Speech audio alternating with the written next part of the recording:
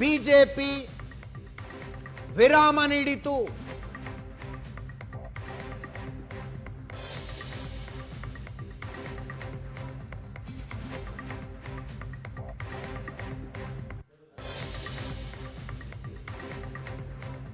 ನೂರೈವತ್ತರಿಂದ 170 ಕ್ಷೇತ್ರ ಗೆಲ್ಲಬಹುದು ಅಂತ ಎಕ್ಸಿಟ್ ಪೋಲ್ಗಳ ಭವಿಷ್ಯ ಇತ್ತು. ಬಿಜೆಪಿ 150ರಿಂದ 170 ಗೆಲ್ಲಬಹುದು ಅಂತ.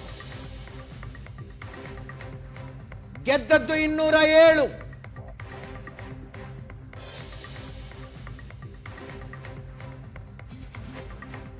ಕಳೆದ ಸಲ 77, ಈ ಸಲ 207.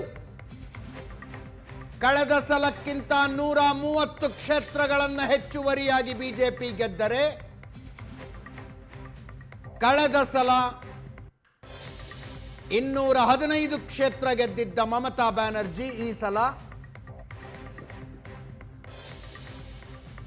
80ಕ್ಕೆ ಕುಸಿದರು. 135 ಕ್ಷೇತ್ರ ಮಮತಾ ಬ್ಯಾನರ್ಜಿ ಕಳೆದುಕೊಂಡರು ಕಳೆದ ಸಲಕ್ಕೆ ಹೋಲಿಸಿದರು.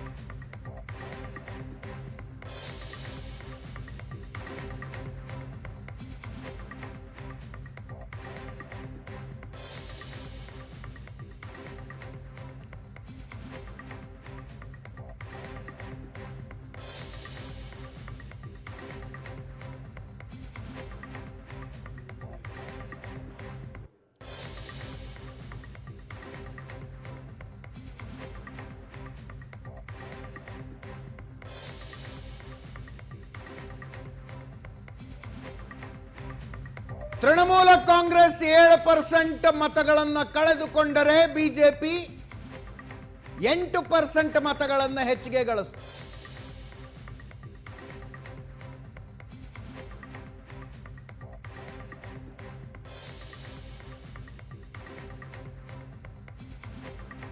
ಸೀಟುಗಳ ವ್ಯತ್ಯಾಸ 130.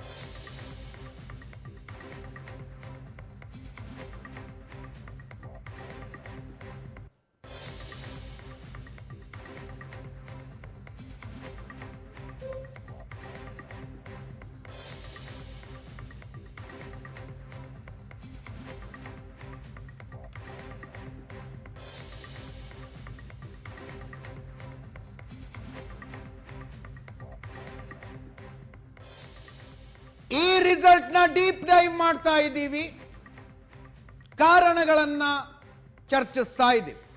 ಹಲವು ಜನ ಗಣ್ಯರು ಇವತ್ತು ನಮ್ಮ ಜೊತೆಗಿರ್ತಾರೆ. ನನ್ನ ಕೊಲೀಗ್ ಪ್ರಶಾಂತ್ ನಾತು ಇದ್ದಾರೆ. ಪ್ರಶಾಂತ್, ಕಾರ್ಯಕ್ರಮಕ್ಕೆ ಸ್ವಾಗತ.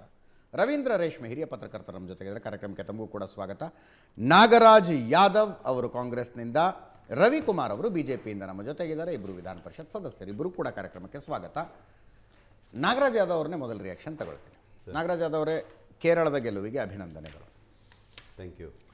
ರಾಹುಲ್ ಗಾಂಧಿ ಅವರು ಹೇಳ್ತಾ ಇದ್ದಾರೆ ಕೇರಳದಲ್ಲಿ ಪ್ರಜಾಪ್ರಭುತ್ವ ಗೆದ್ದಿದೆ, ಪಶ್ಚಿಮ ಬಂಗಾಳ ಮತ್ತು ಅಸ್ಸಾಂನಲ್ಲಿ ಗೋಲ್ಮಾಲ್ ಆಗಿದೆ ಅಂತ. ಸೋತಲ್ಲಿ ಗೋಲ್ಮಾಲು, ಗೆದ್ದಲ್ಲಿ ಪ್ರಜಾಪ್ರಭುತ್ವಕ್ಕೆ ಹೇಳಬೇಕು. ನಾವು ಸುವರ್ಣ ಟಿವಿಯಲ್ಲಿ ಕೂತಿದ್ದೀವಿ, ಕರ್ನಾಟಕದ ಸುಪ್ರಸಿದ್ಧ ಚಾನೆಲ್ ಕೂತಿದ್ದೀವಿ, ಕರ್ನಾಟಕದಲ್ಲೂ ಗೆದ್ದಿದ್ದೇವೆ. ಎಸ್, ಆ ಗೆಲುವಿಗೂ ಗೆದ್ದಿದ್ದೇವೆ. ಅಭಿನಂದನೆಗಳನ್ನು ಕೂಡ ನೀವು ಕೊಡಬೇಕು. ನಾವು ಕಾರ್ಯಕರ್ತರಿಗೆ ಕೃತಜ್ಞತೆ ಹೇಳಬೇಕು, ಮತದಾರರು ಕೃತಜ್ಞತೆ ಹೇಳಬೇಕು ಅನ್ನೋ ವಿಚಾರ ಬಿಜೆಪಿಯಲ್ಲಿ ಸೋತಿದೆ ಅಂತಕ್ಕಂಥದ್ದು ಜನಗಳ ಮುಂದೆ ಹೇಳಬೇಕಾಗ್ತದೆ. ಇನ್ನೂ ಹೆಚ್ಚಿನ ಹಾರ್ದಿಕ ಅಭಿನಂದನೆಗಳು. ಈಗ ನಾವು ಮಾತಾಡಬೇಕಾಗಿರ್ತಕ್ಕಂಥದ್ದು 5 ರಾಜ್ಯದ ಚುನಾವಣೆಗಳಾಗಿರ್ತಕ್ಕಂಥ ವಿಚಾರನ ವಿಶ್ಲೇಷಣೆ ಮಾಡಲಿಕ್ಕೆ ತಾವೆಲ್ಲ ಕೂಡ ಕೂತಿದ್ದೇವೆ. ಪ್ರಜಾತಂತ್ರ ವ್ಯವಸ್ಥೆಯಲ್ಲಿ ನಾವು ಕೂಡ ಸೋಲು ಗೆಲುವು ಎರಡನ್ನೂ ಕೂಡ ನಾವು ನೋಡ್ಕೊಂಡು ಬಂದಿರಬೇಕು. ರಾಷ್ಟ್ರೀಯ ಪಕ್ಷವಾಗಿರ್ತಕ್ಕ ಕಾಂಗ್ರೆಸ್ ಪಕ್ಷ ಹಲವಾರು ಸೋಲುಗಳನ್ನು ಕಂಡಿದ್ದೀವಿ, ಹಲವಾರು ಗೆದ್ದು ಒಂದು ಬೀಗಿರ್ತಕ್ಕಂಥ ನಾನು ಕಂಡಿದ್ದೇವೆ. ಕೇರಳದಲ್ಲಿ ವಿಚಾರ ಬಂದಾಗ ಕೂಡ ಅಲ್ಲಿ ಆಡಳಿತ ಪಕ್ಷದಲ್ಲಿದ್ದಂಥ LDFನವರು 10 ವರ್ಷಗಳ ಕಾಲ ಆಡಳಿತ ನಡೆಸಿದಂಥ ಆ್ಯಂಟಿ ಇನ್ಕಂಬನ್ಸಿ ಅಂತ ವಿಚಾರಗಳೇನಿತ್ತು, ಆಡಳಿತ ವಿರೋಧಿ ಅಲೆ ಏನೋ ವಿಚಾರಗಳಿತ್ತು, ಅದನ್ನು ನಾವು ಕಲೆಕ್ಟಿವ್ ಆಗಿ ಲೀಡರ್ಶಿಪ್ ಮಾಡಿದಂಥ ಒಂದು ಕಲೆಕ್ಟಿವ್ ಆಗಿ ಕೆಲಸ ಮಾಡಿದಂಥ ಪರಿಣಾಮವಾಗಿ ನಾವು ಹೆಚ್ಚು ಸೀಟುಗಳನ್ನು ಗೆಲ್ಲಲಿಕ್ಕೆ ಸಾಧ್ಯ ಆಯಿತು ಅಂತ ನನ್ನ ಭಾವನೆಯಲ್ಲಿ ಇರ್ತಕ್ಕಂಥದ್ದು. ಮತ್ತು ಜನಗಳಿಗೆ ಬದಲಾವಣೆ ಬೇಕಾಗಿತ್ತು, ಬದಲಾವಣೆ ಮಾಡಿರ್ತಕ್ಕಂಥದ್ದು ಕೂಡ ಕಣ್ಣೆದುರಿಗೆ ಇರತಕ್ಕಂಥ ವಿಚಾರಗಳು. ಅದೇ ರೀತಿ ನೀವು ವೆಸ್ಟ್ ಬೆಂಗಾಲ್ ವಿಚಾರಕ್ಕೆ ಬಂದಾಗ ಅಥವಾ ಅಸ್ಸಾಂ ವಿಚಾರಕ್ಕೆ ಬಂದಾಗ, ಇನ್ನೊಂದು ವಿಚಾರಗಳು ಬಂದಾಗ ಆ ಸೋಲಿನ ಹೇಗೆ ನೋಡ್ತೀರಿ ಅನ್ನೋ ವಿಚಾರಗಳು ಬಂದಾಗ ಕೂಡ ಅಲ್ಲಿ ನಡೆದಂಥ ಕ್ಯಾಂಪೇನಿನ ರೀತಿಯನ್ನು ನೋಡಿದಾಗ, ವಿಚಾರಧಾರೆಗಳು ನೋಡಿದಾಗ, ಸಬ್ಜೆಕ್ಟ್ಸ್ ಏನು ತಗೊಂಡು ಮಾಡಿ ನೋಡಿದಾಗ ಅಲ್ಲಿರ್ತಕ್ಕಂಥದ್ದು ನೋಡಿದಾಗ ಪೋಲರೈಸೇಷನ್ ಕಣ್ಣೆದುರುಗಡೆ ರಾಜು ಅಂತ ಕಾಣ್ತಾ ಇರ್ತಕ್ಕಂಥ ನಾವು ನೋಡಿದ್ದೇವೆ. ಹೌದು. ಪೋಲರೈಸೇಷನ್ ಮಾಡ್ಕೊಳ್ಳಿಕ್ಕೆ ಅವ್ರಿಗೆ BJP ಅವರಿಗೆ ತಂದೆಯ ಅಂತಹ ಒಂದು ಕಾರ್ಯವೈಖರಿ ಇರ್ತದೆ, ರಣತಂತ್ರ ಇರ್ತದೆ, ಮಾಡ್ಕೊಂಡಿರ್ಬೋದು.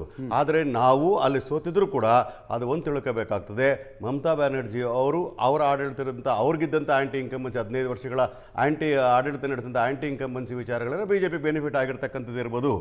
ಅಲ್ಲಿ ನಾವು ಪಾಠ ಕಲಿತಕ್ಕಂಥ ಭಾಳ ವಿಚಾರಗಳಿದೆ ಅಂತಕ್ಕಂಥದ್ದನ್ನು ಹೇಳ್ತೀವಿ. ಅಲ್ಲಿ ಕೂಡ ನಾವು ಕೂಡ ರಾಹುಲ್ ಗಾಂಧಿ ಅವರು ಹೇಳ್ತಿರೋದೇ ಬೇರೆ. ಏನಂತ?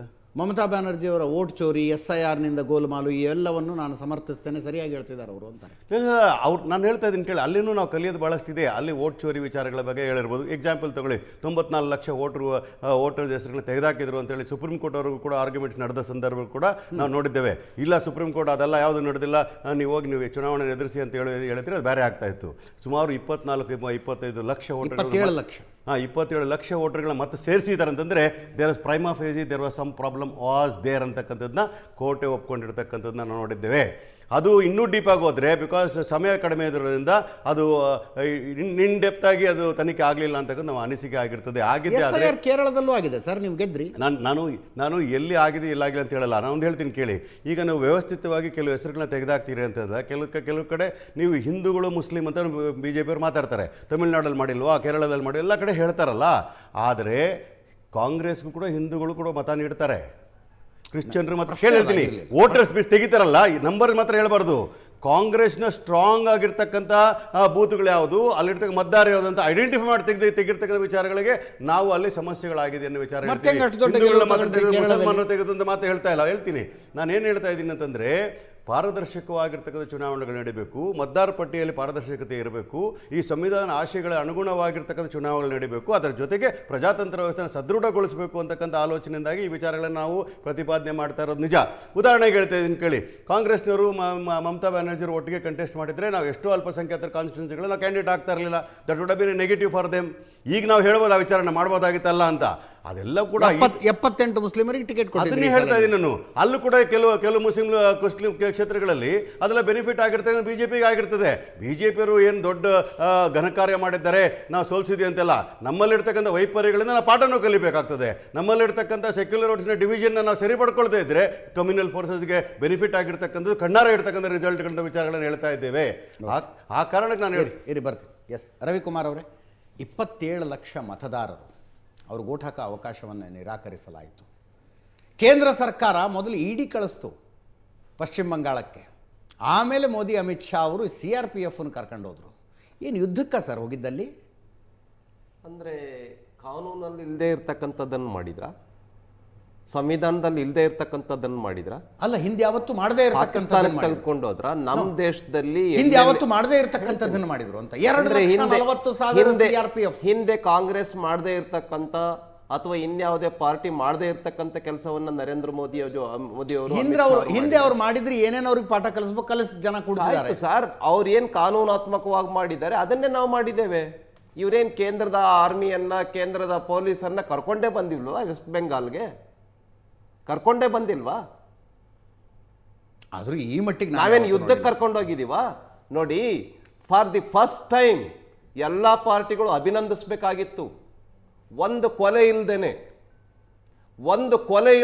ಇದು ದುರಂತ ಪಶ್ಚಿಮ ಬಂಗಾಳದ ವಿಷಯದಲ್ಲಿ ಇದನ್ನ ಮಾತಾಡಬೇಕಾಗಿ ಬರುತ್ತೆ ಅಂತ ನಿನ್ನೆ ಪ್ರಧಾನಿ ನರೇಂದ್ರ ಮೋದಿ ಅವರು ಕೂಡ ಪಾರ್ಟಿ ಆಫೀಸ್ನ ಭಾಷಣದಲ್ಲಿ ಹೇಳಿದ್ರು, ಒಂದು ಅಮಾಯಕ ಜೀವವು ಮೊಟ್ಟ ಮೊದಲನೇ ಸಲ ಹೋಗದೆ ಚುನಾವಣೆ ಆಗಿದೆ ಅಲ್ಲಿ ಅಂತ. ಅಂದ್ರೆ ಪೀಸ್ಫುಲ್ ಆಗಿ ಚುನಾವಣೆ ನಡಿಬಾರ್ದಾ?